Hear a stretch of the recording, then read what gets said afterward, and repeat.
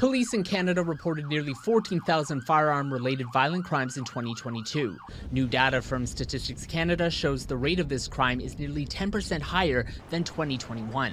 And it comes less than a year after the agency reported violent crime overall had reached its highest since 2007. Yeah, it's obviously upsetting and kind of shocking because, these are families and survivors that are, going through this trauma or even death, right, when it comes to firearms. The increases are largely driven by a 26% rise in the number of incidents in Ontario, which makes up the biggest chunk of the spike in this type of crime across the country. But Ontario is not alone. British Columbia up 12% and New Brunswick up 24% also saw jumps in the rate of firearm-related violent crime per 100,000 people. Overall violent crime started seeing a rise in 2013, with the rate having increased by about 24% as of 2022. But though firearms accounted for less than 3% of police-reported violent crimes that year, incidents have increased by 55% since 2013. Police Association of Ontario President Mark Baxter says with cities facing budget decisions, it's the time to look at police resources. So that we can